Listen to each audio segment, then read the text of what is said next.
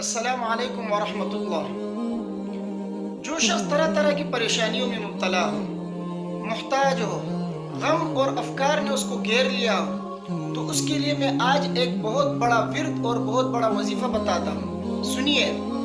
حضرت ابن عباس رضی اللہ تعالی عنہ فرماتے ہیں کہ جس شخص کو غم نے گھیر لیا ہو تو اس کو چاہیے کہ لا حول ولا قوة الا باللہ کی کثرت کیا کرے۔ یہ لا حول ولا قوة الا باللہ ایک ایسا کلمہ ہے، یہ انسان کو غموں سے آزاد کرتا ہے، انسان سے پریشانیاں دور کرتا ہے۔ حضرت عوف بن مالک الشعیری رضی اللہ تعالی عنہ کا واقعہ ہے کہ ایک مرتبہ نبی کریم صلی اللہ علیہ وسلم کی خدمت میں حاضر ہوئے اور عرض کیا، یا رسول اللہ، میں دو باتوں کی وجہ سے آپ کے پاس آیا ہوں۔ ایک تو یہ ہے کہ میرے بیٹے کو حضرت سالم کو مشرکین نے گرفتار کر لیا ہے، اور دوسری بات یہ ہے کہ مجھے فقر و فاقہ کی شکایت بھی ہے۔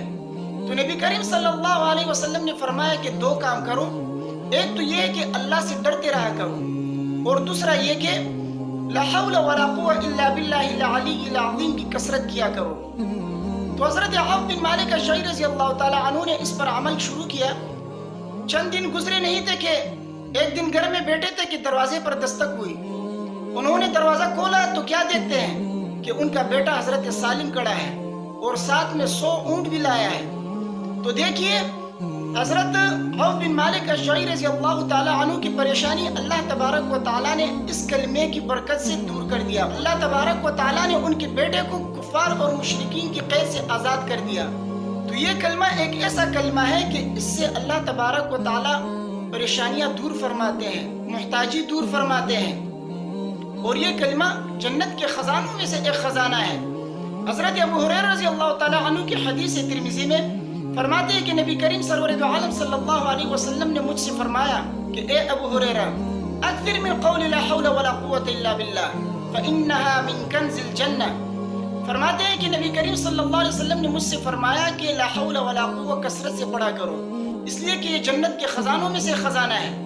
اور حضرت مکحول فرماتے ہیں کہ جو شخص لا حول ولا قوة الا باللہ ولا منجأ من اللہ الا الیہ یہ پڑھا کرے تو اللہ تبارک و تعالی ضرر اور نقصان کے 70 دروازے اس سے کھول دیتے ہیں۔ یعنی نقصان پہنچانے والی جو چیزیں ہیں، 70 ایسی چیزیں جو نقصان پہنچانے والی ہیں، اللہ تبارک و تعالی اس سے دور فرما دیتے ہیں، اس سے پھیر دیتے ہیں۔ اور ان میں سے جو ادنا چیز ہے وہ ہے محتاجی، فقر و فاقہ، اللہ تبارک و تعالی اس کو دور فرما دیتے ہیں۔ تو اس کلمے کے پڑھنے سے فقر و فاقہ اور محتاجی دور ہو جاتی ہے۔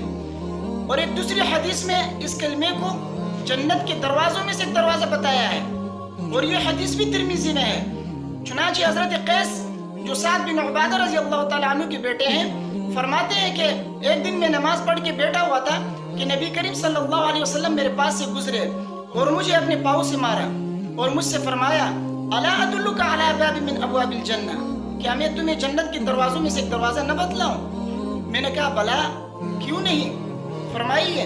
تو نبی کریم صلی اللہ علیہ وسلم نے فرمایا لا حول ولا قوة الا باللہ، کہ لا حول ولا قوة الا باللہ یہ جنت کے دروازوں میں سے ایک دروازہ ہے۔ تو یہ لا حول ولا قوة الا باللہ کا جو کلمہ ہے یہ جنت کے خزانوں میں سے ایک خزانہ ہے، جنت کے دروازوں میں سے ایک دروازہ ہے۔ اس کی کثرت کیا کریں، اس کو کثرت سے پڑھا کریں، اس سے غم اور محتاجی اللہ تبارک و تعالیٰ دور فرما دیتے ہیں۔ یہ عمل تو ہے چھوٹا سا، لیکن شیطان لائن پڑھنے نہیں دیتا، انسان کے رگوں میں خون کی طرح دوڑتا ہے، وہ انسان کو اس طرف توجہ کرنے نہیں دیتا، کیونکہ وہ جانتا ہے کہ یہ انسان کا اسلحہ ہے، وہ اس سے برباد ہو جائے گا، اس لیے وہ ہمیں پڑھنے نہیں دیتا۔ یہ چھوٹا سا عمل ہے، اس کو پڑھنے کی کوشش کیا کرے۔ وہ شخص جو پریشان حال ہو، غم اور محتاجی نے اسے گھیر لیا ہو، تو وہ اس کلمے کی کثرت کیا کرے، کم سے کم روزانہ 100 مرتبہ تو اس کو پڑھ لیا کرے۔ یہ عمل اگرچہ چھوٹا سا ہے لیکن اس کی بہت بڑی فضیلت ہے۔ اللہ تبارک و تعالی ہمیں عمل کرنے کی توفیق عطا فرمائے۔ السلام علیکم ورحمۃ اللہ۔